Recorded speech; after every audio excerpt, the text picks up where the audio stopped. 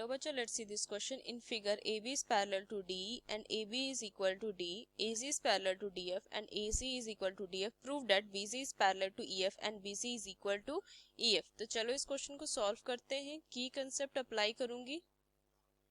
की कंसेप्ट, इस क्वेश्चन में की कंसेप्ट होंगे property of parallelogram. In parallelogram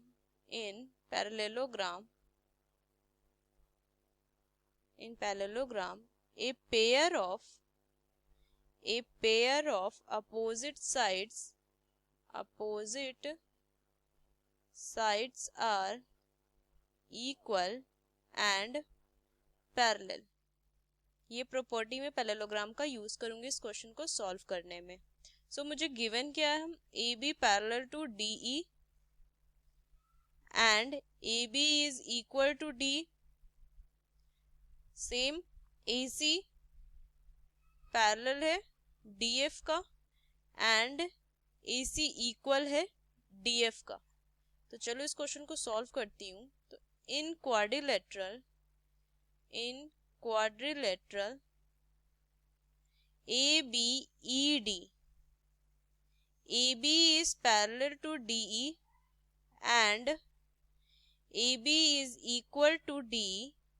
So according to key concept, in parallelogram a pair of opposite sides are equal and parallel. So ABED क्या हो जाएगा, parallelogram हो जाएगा. Hence ABED इस ए पैरेललोग्राम. क्या हो जाएगा, ये एक पैरेललोग्राम हो जाएगा. अगर पैरेललोग्राम है तो एडी किसके इक्वल आ जाएगी, बीई के इक्वल आ जाएगी. ये मैं लिख सकती हूँ. एंड सेम एडी जो होगी वो पैरेलल भी हो जाएगी बीई के. मैं इस इक्वेशन 1 पुट कर दूंगी. Similarly in quadrilateral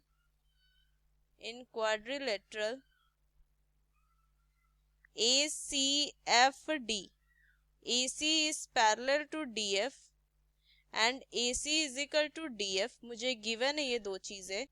ACFD is a parallelogram. ये क्या हो जाएगा, एक पैरेललोग्राम हो जाएगा. अगर आगे सॉल्व करो इस क्वेश्चन को तो AD is equal to CF and AD is parallel to CF. इसे इक्वेशन 2 पुट कर दूंगी. तो फ्रॉम इक्वेशन 1 एंड